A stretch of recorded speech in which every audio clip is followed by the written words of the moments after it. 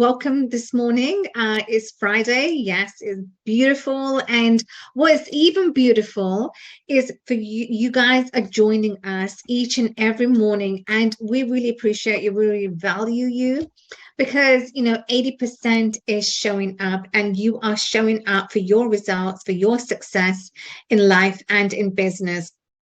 So you are always constantly here to learn and grow, and this is what we appreciate. So today Ria is going to be taking over the conversation, but before she does, I want to introduce myself. My name is Alka. My name is Ria, and welcome to our show. Ria, I'm going to pass the mic to you. Today's topic is the book of Robert Kiyosaki, Increase Our Financial IQ, and this is digging deep down into the saving, tithing, and investing. That Kim, his wife, purchased a home in 1989, and at that time you could purchase a home with 5,000.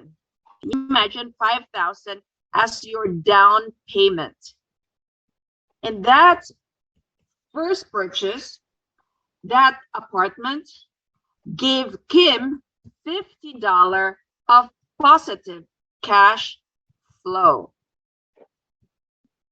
Now, today, Kim controls multi-million-dollar portfolio of properties. And it all started with the first investment. Now, the lesson I learned here is if Kim did not made investing an expense, and she did not pay herself first, then she may still be paying everyone else.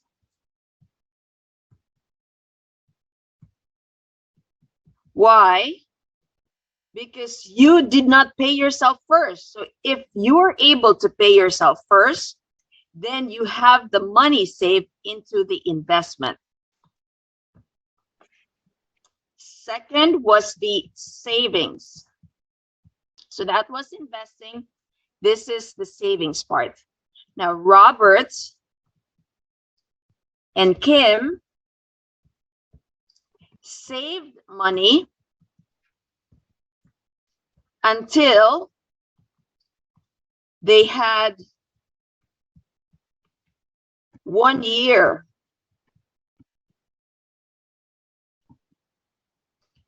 of expense in cash. So for example, if their expense is 10,000 per month, what this means is that they saved times 12 months, they saved 12 months of expense. So that's $120,000. $120,000 in savings. Now, with the savings, with the investing, going back to the investing, they invested their money into gold, silver, and exchange traded funds.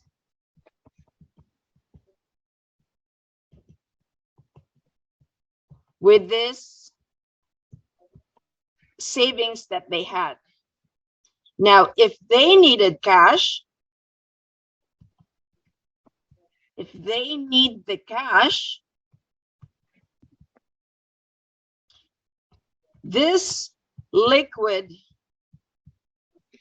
assets were held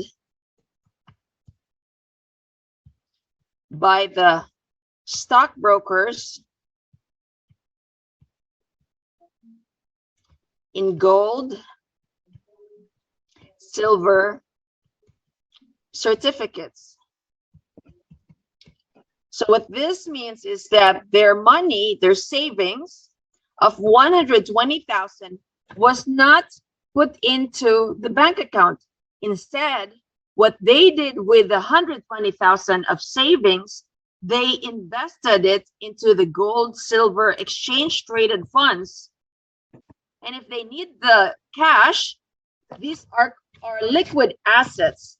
They have it in gold certificates and silver certificates. The other lesson that I learned is Kim does not or don't like to hold money in the US dollar because it continues to drop in value. Whereas holding their savings in investments such as gold or silver, it prevents them from spending their savings away. Now, Robert does not like to cash in or take out the gold and the silver for dollars. He doesn't want to take it out. Why? Because the gold and the silver, these are real gold and silver, not the paper gold and silver, but these are owners of the real gold and owners of the real silver, and they have the certificate for it.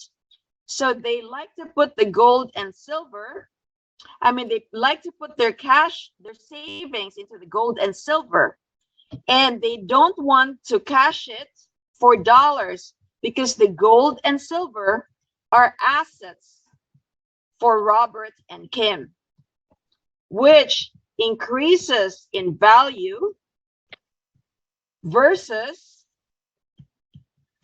the dollar, which depreciates in value.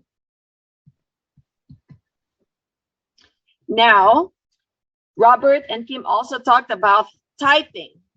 This is where we go next. So Robert mentioned that tithing is very important. It is important to give. Tithing means giving. To give a portion of your hard-earned money to charity, to your church as a donation. And the reason they give is it's a way of paying their partner or your partner or our partner. And the best partner we could ever have is God. So it is a way of paying our best partner, and that is God. Now, Robert and Kim keeps the 90%, and the 10% he tithes, he gives away.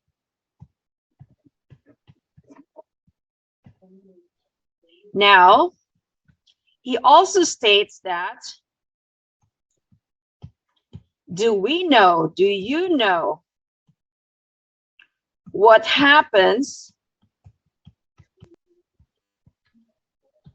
if we stop paying our partner, our best partner? If we stop paying our partner, and in this situation, our partner is God. So what the book says is our partner, they stop working. They stop working with us, or in this case, they stop working with Robert and Kim. And that is why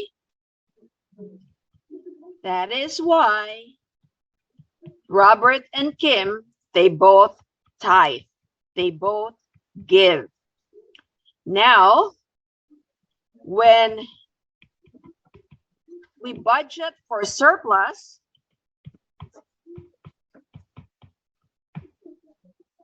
the first thing that Robert and Kim found out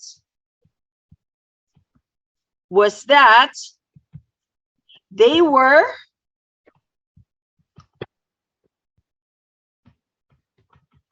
not earning enough money. So when they started to pay themselves, then they found out that they were not earning enough money, which they were very happy. Happy in the sense that they learned it early and not late in life. Why? Because they can do something about it. So they were glad that they learned that they didn't have enough money early in life. So Robert said, if we do not know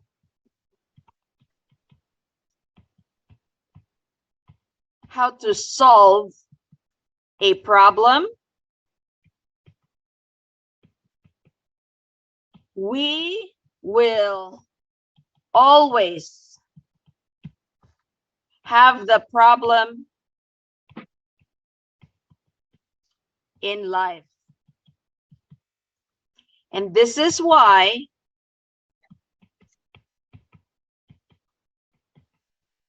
they decided to pay themselves first.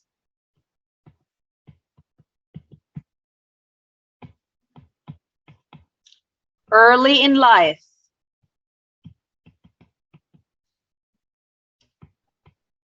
Even though they came up short, they didn't have enough money, they still pay themselves first. Now, because of this, when they started early in life to pay themselves first, it forced Robert and Kim to solve the problem of not having enough money.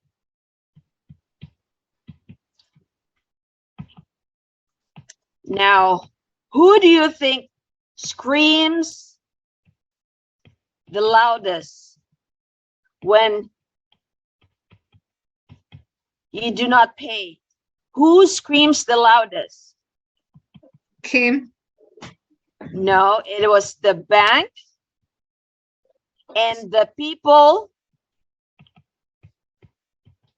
They owed money.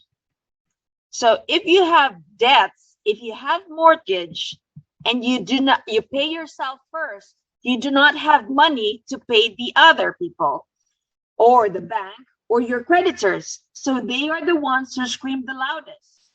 And because of this, they use this pressure of the creditors from the expense column. So the expense column are things that you bought and now you owe money to them. So they use the pressure from the creditors in the expense column to motivate Robert and Kim to make more money and increase their income.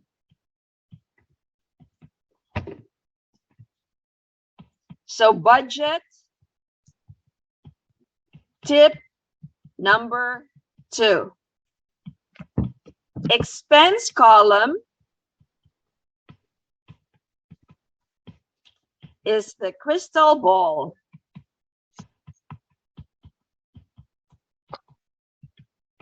So crystal ball is like looking into our future.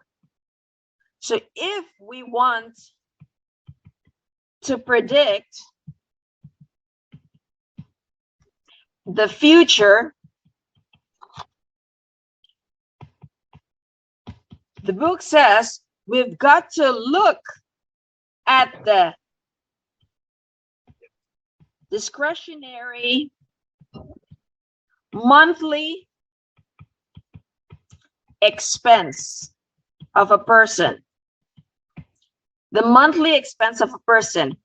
So let's say I'll name person A versus person B. Now, person A, this is the expense, okay? Person A has expense for, this is the tithing, donation to church, savings. Another expense could be book on investing. Another expense for person A would be going to the gym to take care of his health, donation for charity, personal coach, or having mentors. Now, for person B, expense would be like new toys, such as cars, clothes, new TV, fancy luxuries. So let's just break this down.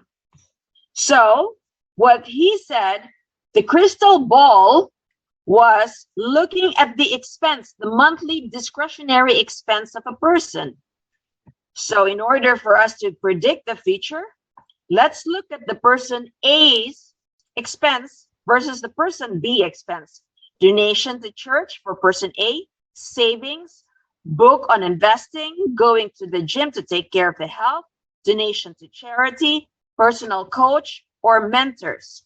Now, if we look at person B, the person's B's expense would be new toys such as cars, clothes, the new things, new TV, fancy luxuries. Now, the book says you can, or we can, tell a person's future, the crystal ball, by looking at what they spend their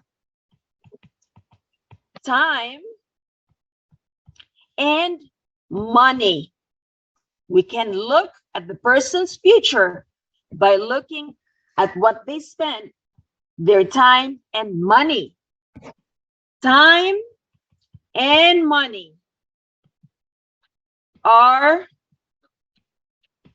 very important assets.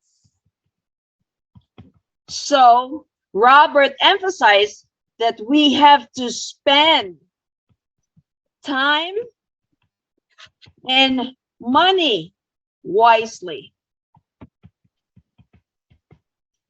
Now, the book also mentioned we can tell how important a budget surplus to one person by looking at the expense column. Now, let's do this. I know for now you're familiar of the income statement. Now, this is the income, and this income is from the earned income. Earned income is like the W-2 income. And let's look at the expense. So the income statement has income and it has expense. Now, under the expense, if we look at this, it has, this is the typical middle class income statement. So we have the income tax, we have the social security tax, we have the retirement 401k, we have our home mortgage, we have our credit card bills, we have our clothing, we have food, we have gas, we have electricity. That's the income statement. Now, remember, if there's an income statement, there is also a balance sheet. Where does it go to balance things? So now, hopefully by now you're familiar with this column. This is the assets and this is the liability. Now let's take a look at this closely. In this column, these expenses, the income tax, the social security tax, 401k, home mortgage, credit card bills, clothing, food, gas, electricity, they belong to the liability. These are under the liability. So the home mortgage, the car payment, the credit card,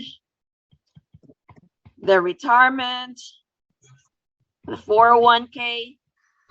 Now,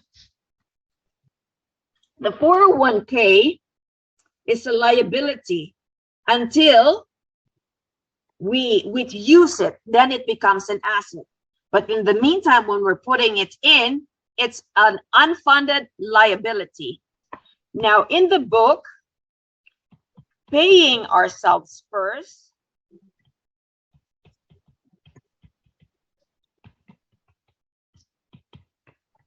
this is how it looks like. Income statement. So now with the income statement, we have income. And this income is from the business. And now we have expense.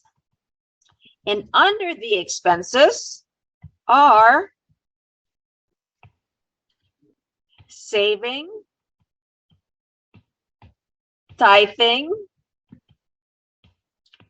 investing, taxes, mortgage, living expense.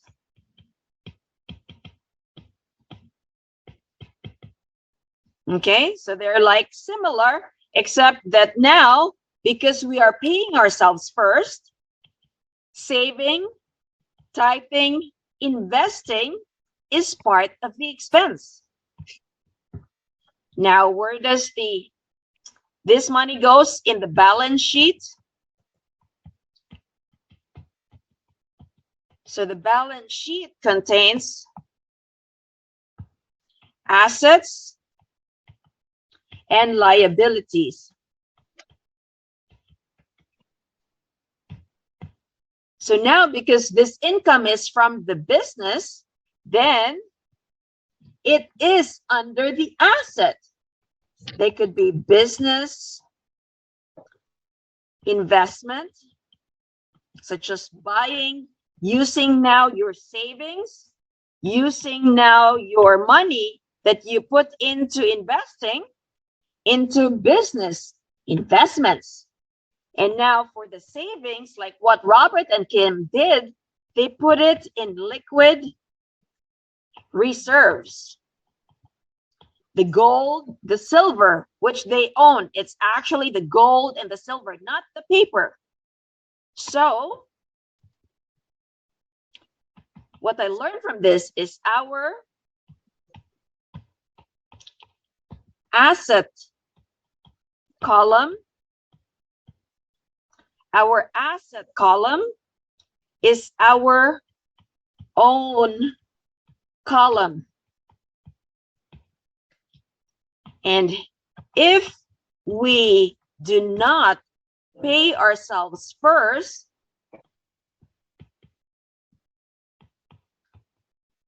guess what? No one else will, not the government. The government will not take care of us. So to recap on today's topic, which is Increase Our Financial IQ by 𝗦𝗵𝗲, we are on a deep dive of budget tip number 1, which is making the budget surplus and expense. And this is a deep dive on investing, saving, and tithing. So investing, Robert says that Kim purchased her first investment property in 1989. And at that time, you can buy with as low as $5,000 down payment. And that property gave her $50 of positive cash flow. Now today, because Kim paid herself first by putting money into the saving, tithing, investing, by making saving, tithing, investing as an expense, so she was able to create a budget surplus. Now Kim has multi-million-dollar portfolio of properties. The lesson I learned from this is Kim made investing an expense. And if she did not, the lesson here, let me restate it, is Kim, if she did not made investing an expense and she didn't pay herself first, right? She totally did what a lot of people do, which we don't pay ourselves first. We don't put money into the saving, tithing, investing. Kim would still be paying everyone else. So that means is that we have to put money into the saving, tithing, investing. We pay ourselves first so that we would be able to have money to do investments. Now, on the savings part, the book says Robert and Kim saved money until they had a year's expense in cash. Now, for example, their expense is, let's say, $10,000 per month. So Robert and Kim saved 12 months of that expense. So 10,000 times 12 months, they had 120,000 in cash reserves, in savings. And Robert and Kim did not put that into a savings account. What they did was they invested that money into gold, into silver, and exchange traded funds. Now, if they need cash, this gold, silver are liquid assets, and they were held by the stockbroker in gold certificate and silver certificate. Now, Kim doesn't like to hold the US dollar money because why? The money continues to drop in value versus holding her savings in gold or silver, the real gold and silver, and they give you certificates for it, it prevents them from spending their saving money. So number one, it appreciates in value. Number two, it prevents Kim from using that money into frivolous things. So I look at that, that's hitting two birds with one stone. And Robert does not like to cash in the gold and the silver for money. And why is that? Because the gold and the silver are assets, and which increases in value, versus the money, the dollar, the paper dollar that we have, they go down in value. Now, with regards to tithing or giving, it is important to give. The book says the reason why Robert and Kim give or tithe, it is a way of paying their partner, their best partner, and that is God. Robert and Kim keeps 90%, and they tithe or they give 10%. And Robert asks, do you know what happens when we stop paying our partner, our best partner? Then our best partner stops working with us. It stops working with Robert. And that is why they tithe, they give. Now, when budget surplus, the first thing that Robert and Kim found out when they did the budget surplus, making it an expense, they found out that they were not earning enough money. So what happened is that because of this realization, they were happy that they learned it early in life and not late in life. Because why? They were able to course correct. They were able to do things to improve on their finance. And the book says, if we do not know how to solve problem, we will always have that problem in life. So because they learned early on when they did the budget surplus and expense that they were not making enough money, they had to find ways to solve that problem.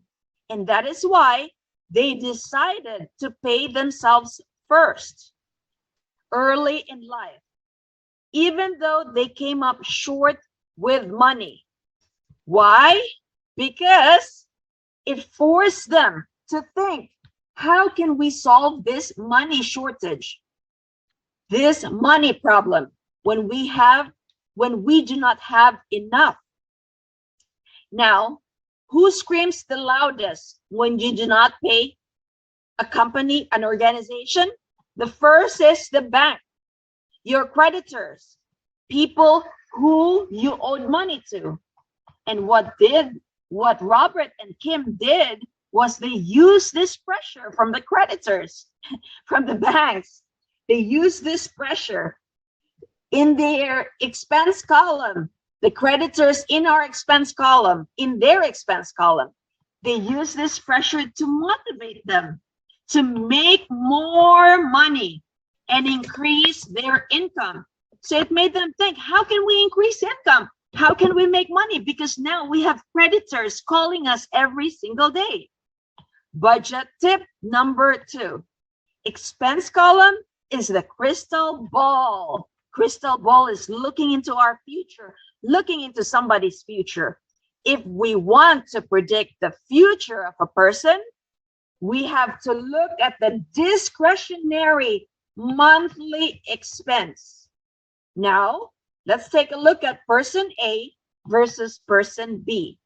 This is the expense of person A. Donation to church, savings, book on investing, going to the gym to take care of one's health, donation to charity, personal coach or mentor. Let's compare it with person B. New toys such as cars, clothes, new TV, fancy luxuries. Now, we can tell a person's future by looking at what they spend their time and their money. So time and money are very important assets, and we have to spend time and money wisely. We can tell how important the budget surplus is to one person by looking at the expense column. Now, to go deep dive on this is the income statement. Now, income statement contains of income earned from our W-2 job. So this is the middle class. This is the average person's expense column. The income statement, we have the income from our earned income, the W-2, working as an employee, and we have our expense. And the expense includes income tax, social security tax, 401k, home mortgage, credit card bills, clothing, food, gas, electricity. Now, when we take a look at the balance sheets, we have the assets and the liability. So this expense column here, they all belong to the liability portion. They belong to the liability, which are the home mortgage, car, credit card, 401k. Now, how does the income statement and the balance sheet look like if we pay ourselves first? And that is our goal, is to pay ourselves first. So the income statement. So in the income statement, we have income and we have expense.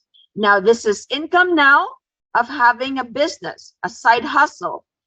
Now, your expense, you're saving, tithing, investing, because you're paying yourselves first. They are now in the expense column, saving, tithing, investing, aside from paying the taxes, the mortgage, and the living expense. Now we'll take a look at the balance sheet of the goal of paying ourselves first. Now in the balance sheets, we have the assets and we have the liabilities. Now for paying ourselves first, the savings, the tithing, and the investing, they now belong to the assets. They now belong into the asset columns. And these are business investments, liquid reserves. So this would be your saving, which you use for your either liquid reserves, investing, which you use for your business investment, and tithing. Remember, God is our best partner. So we have to tithe. Now our asset column, this asset column is our own column. This is our own column. And if we do not pay ourselves first, let me ask you, who else will pay you? So those are the lessons I learned from today's topic. Hopefully you learned something. Let me know in the comment section below what your takeaway is. So stay tuned for more Alka and Ria show. Ria, wow. Beautiful, beautifully shared. Yes, paying yourself first is the key. You know, and I began to realize this as well, that, you know, you have to pay yourself first, because I was always on the opinion that, you know, I need to pay other people, because if I don't have enough money, how would I pay other people?